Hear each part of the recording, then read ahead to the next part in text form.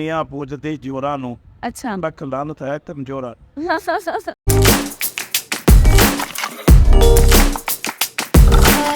नमस्कार जी, आज हमारे साथ एक बहुत बड़े पंजाबी राजनीतिक अनुभवी हैं जिनका राजस्थान के सार्वजनिक जीवन में लंबा इतिहास है। उन्होंने कई मंत्री पद संभाले हैं और भजन लाल सरकार के नेतृत्व में कैबिनेट में भी नियुक्त हुए हैं। ये उनके दशकों के राजनीतिक अनुभव को दर्शाता है, जो कि है सुरेंद्र पाल जी टीटी जी। और इनके साथ ही आज इनकी राजनीति और निजी जीवन की कुछ वार्तालाप करेंगे हम। नमस्कार। नमस्कार। तो सबसे पहले हम ये पूछना चाहेंगे कि आपके राजनीति में आने का कारण क्या रहा? देखिए, ये जिंदगी जो है ना, हाँ। ये उस परमात्मा के साथ में है और हम सब खिलौने हैं। जिधर को वो डोर खेलता है उधर जा।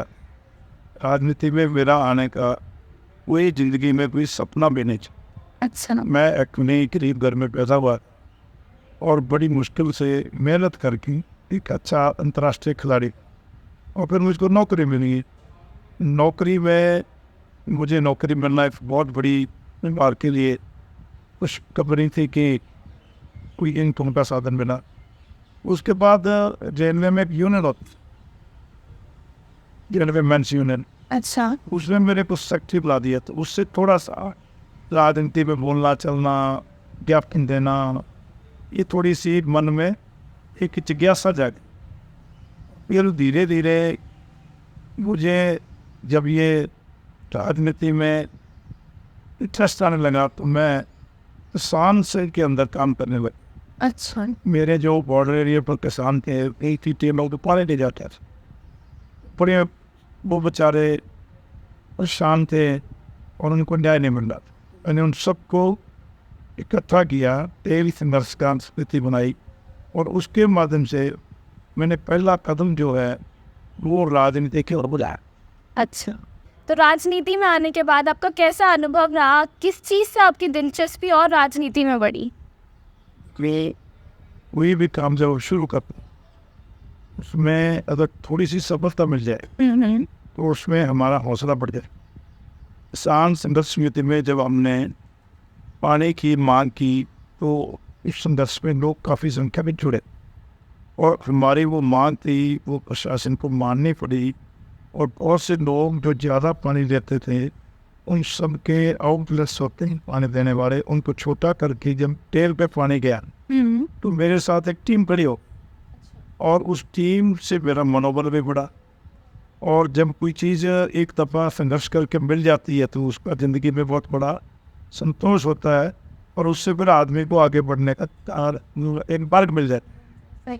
फिर धीरे धीरे दूसरी समस्या आने लगी और फिर जब हमसे लोगों की अपेक्षा हो गई कि ये काम करवा सकते हैं तो लोग ढूंढने लगे। बस वो फिर हम संघर्ष करते गए और जितना कुछ लेते थे उसको लोगों को जोड़ते गए तो धीरे धीरे काम बढ़ता गए।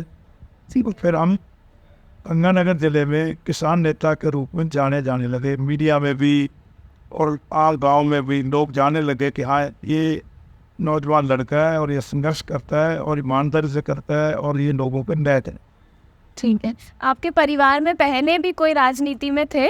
मेरे परिवार में तो भी कोई पंच भी नहीं बने। अच्छा। और ये मेरा परिवार जो था ना, मेरे माता पिता, हम 4 बहन भाई है, 3 बहनें 1 भाई, उनमें केवल मैं एक ग्रेजुएट हूँ। अच्छा। जिसने ग्रेजुएशन की 1970 में, बाकी सब बेचारे स्कूल ही गए। तो आपका जो शिक्षा का जो आपकी शिक्षा जो है वो आपकी राजनीति में कितना योगदान रहा, कुछ उस प्रकार? एक शिक्षा तो देखो ज्ञान है। हाँ। जितना आदमी शिक्षक होगा उतना उसका ज्ञान का जो है वो ज़्यादा है। तो शिक्षा ना होती तो फिर मैं ना तो मेरे को नौकरी मिलती, ना मेरे को ये काम करने का ज्ञान मिलता, ना मैं फिर आगे कैसे बढ़ना है वो कर पाता। तो शिक्षा तो मंजिल है उसको प्राप्त करने की सीढ़ी। और अगर शिक्षित जितना भी आप बड़ी शिक्षा ग्रहण कर लोगे उतनी बड़ी आपको सीढ़ी मिल जाती। सही बात। तो आप कौन सा, जैसे आपने बताया स्पोर्ट्स के थ्रू आप इसमें गए थे? कि मैं खालसा स्कूल में जब गया इससे पहले स्पोर्ट्स में कोई मेरा रुचि नहीं, लेकिन वहाँ साधु सिंह जी मास्टर होते थे। अच्छा। तो वो सबको एक फील्ड खेल का जरूरी होता। कभी मैं फुटबॉल में लग जाता, कभी मैं दौड़ में चला जाता। धीरे धीरे ट्रैक से जुड़ गया और मैंने कभी हाई जंप, कभी लॉन्ग जंप। तो साल बाद ही मैं उस समय 14 साल का था, फिर मुझे अनवर में अंडर 14 खेलने का मौका मिला। हालांकि मैं उसमें कोई सफलता नहीं दे पाया, लेकिन मैं उससे खेल से जुड़ लिया। और फिर मैंने प्रैक्टिस करनी शुरू कर दी और धीरे धीरे फिर मैं मेहनत करता गया। और मेहनत भी इतनी की कि मैंने धीरे धीरे राजस्थान का अंडर 14, अंडर 19 नेशनल रिकॉर्ड, अंतर्राष्ट्रीय विश्वविद्यालय में गोल्ड मेडलिस्ट, नेशनल रिकॉर्ड बनाया और अंतर्राष्ट्रीय खेलों में मैं खेलने गया। तो आपके मुताबिक जो राजस्थान भाईचारे की जो समस्या है, वो मुख्य समस्या क्या है उसकी? देखिए, समाज जो संगठित समाज होता है वो शक्तिशाली समाज है, और राजनीति हमेशा समाज को बांटने का काम था। सही। इसलिए अगर समाज बढ़ जाएगा तो कमजोर हो जाएगा, और बटा हुआ समाज जो है अपने अधिकार प्राप्त नहीं कर सकता। लेकिन अगर समाज जुड़ा रहेगा तो उसकी ताकत बनी रहेगी, तो उसको फिर हर क्षेत्र में अपना अधिकार मिलता है, और संगठित समाज को अधिकार जल्दी मिलता है, और जो असंगठित होता है तो कुछ प्राप्त नहीं कर पाता। इसलिए समाज का संगठित होना ये समाज के भी हित में है, और हर उस व्यक्ति के हित में है जो समाज का है। तो आपके हिसाब से इसकी क्या हल हो सकते हैं इन समस्याओं के? देखिए, समस्या एक ऐसी चीज़ है जो कभी ज़िंदगी में ख़त्म नहीं, लेकिन समस्या जो है उसका भंडारण नहीं होना चाहिए। समस्या आई वो हल हो जाए, तो उसका सबसे बढ़िया प्लेटफॉर्म है संगठन। जब आपका संगठन होता है, यूनिटी इज स्ट्रेंथ, ये कहावत है।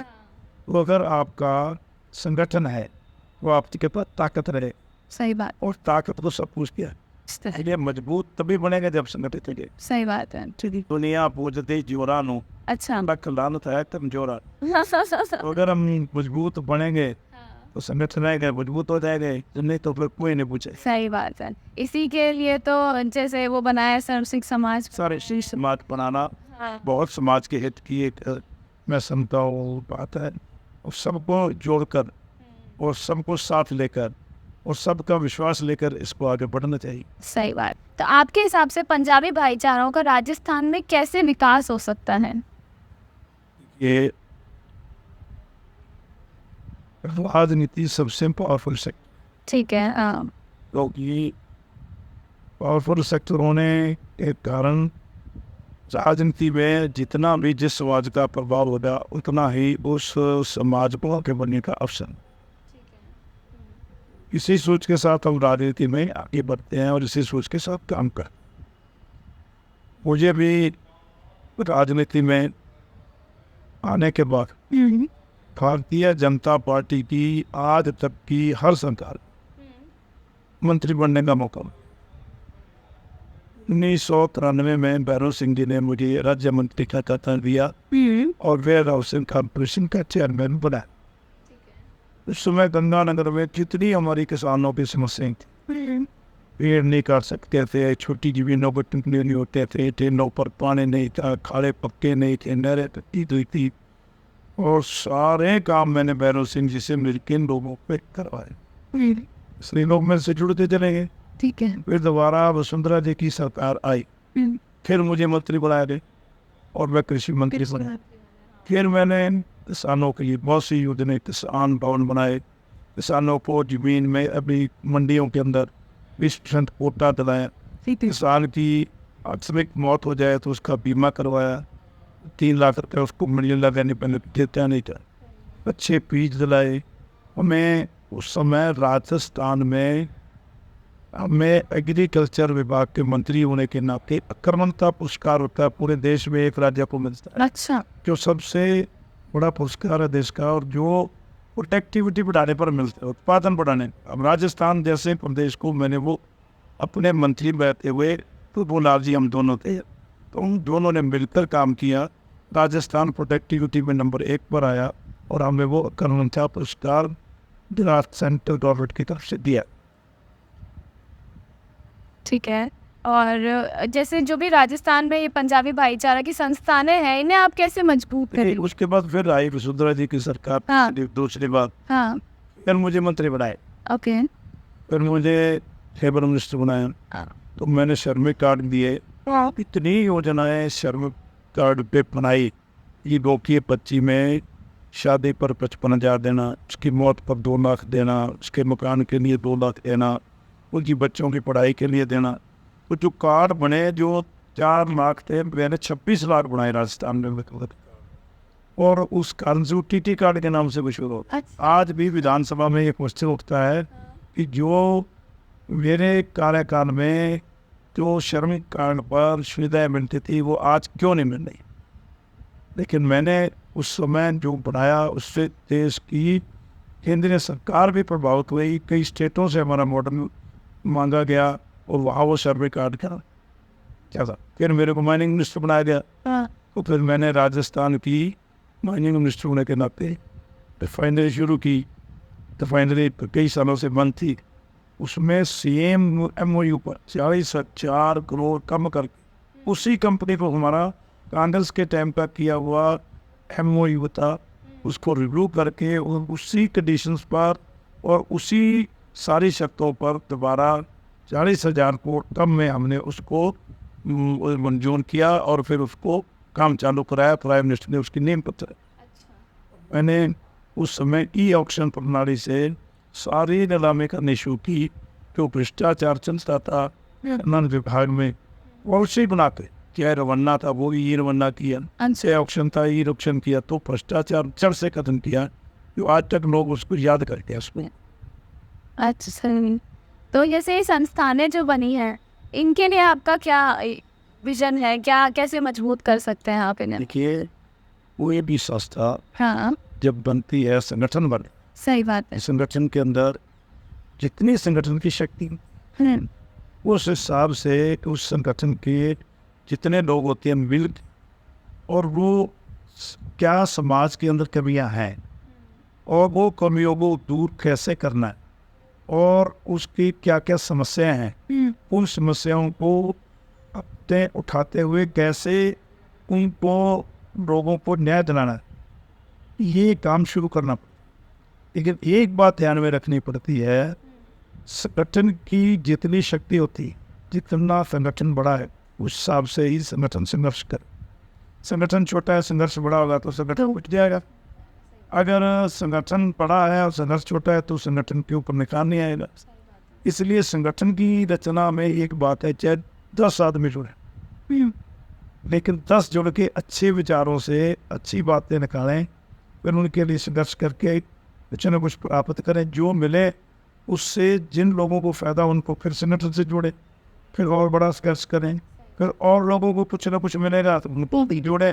तो काम करते जाएं, लोगों को उनके अधिकार या उनको हक दिलाते जाएं, लोग जुड़ते जाएंगे, कारोबार बनता जाएगा और मंजिल की तरफ बढ़ेंगे। सही बात। तो आप अपने राज्य जो राजनीतिक करियर है इसे कहाँ देखते हैं?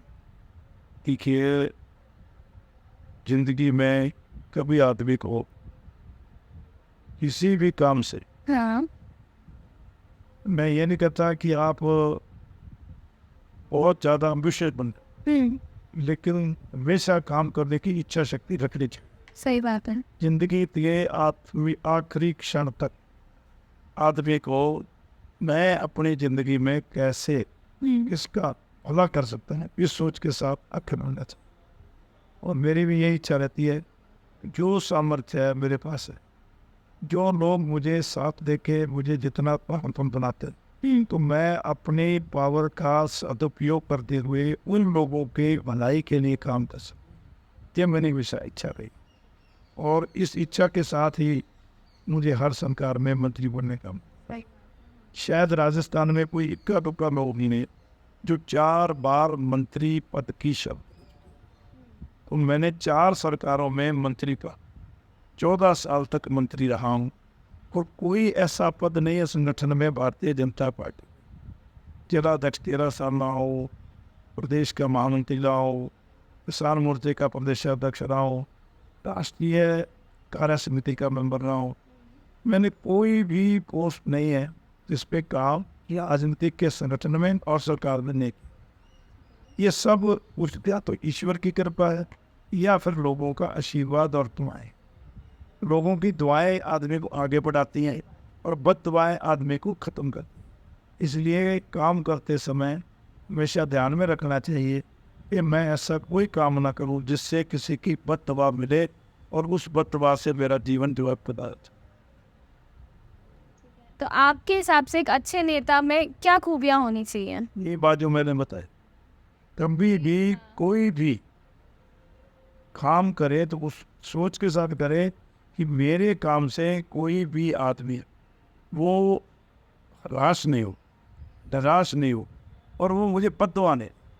दुआएं जितनी मिलेंगी वो आपकी पूंजी है, वो आपकी ताकत है। दुआएं इकट्ठे करके आदमी परमात्मा तक पहुँच सकता है, और बद्दुआ एक भी लग जाए तो उसको मिट्टी में पिला दे। काम करते समय इस बात को ध्यान में रखते हुए काम करें कि किसी आदमी का मन दुखी ना हो। क्यों मैं काम करूं, उसको सबको उससे बहुत बढ़िया अनुभव मिले, उससे अच्छी उसको हक मिले, उसका न्याय मिले, वो दुआएं दे और वो दुआएं मुझे आते। तो आप अपने हिसाब से नौजवानों को क्या राय देना चाहेंगे जो आगे बढ़ना चाहते हैं, आपको जो आदर्श मान के आगे चलना चाहते हैं, उनको क्या आप राय देना चाहेंगे? मेहनत करो, हाँ। और मेहनत करने वालों की कभी हार नहीं होती। और इतनी मेहनत करो कि एक शहर जो है उदही को कर बुलंद इतना, उदही को कर बुलंद इतना कि फर्द तदबीर से पहले खुदा बंदे से पूछे पता तेरी रजा।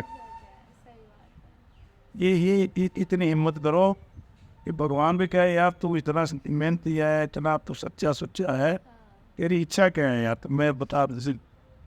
ये मेरी मन की इच्छा।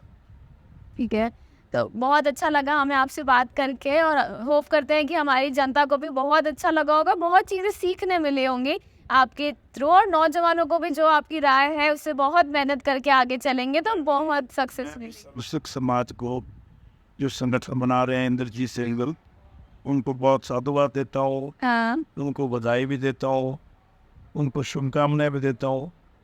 इस समाज में आपने समाज को संगठन करने के लिए ये प्रयास किया है, निश्चित तौर पर मेहनती हैं और विजनरी हैं, और ये निश्चित अच्छी सोच के साथ ही समाज को संगठित करेंगे, और समाज की संगठित शक्ति एक समाज को आगे बढ़ाने में बहुत मदद करेगी। तो इस मंच के माध्यम से आपने मुझे बोलने का मौका दिया, तो आपके भी आभारी। धन्यवाद।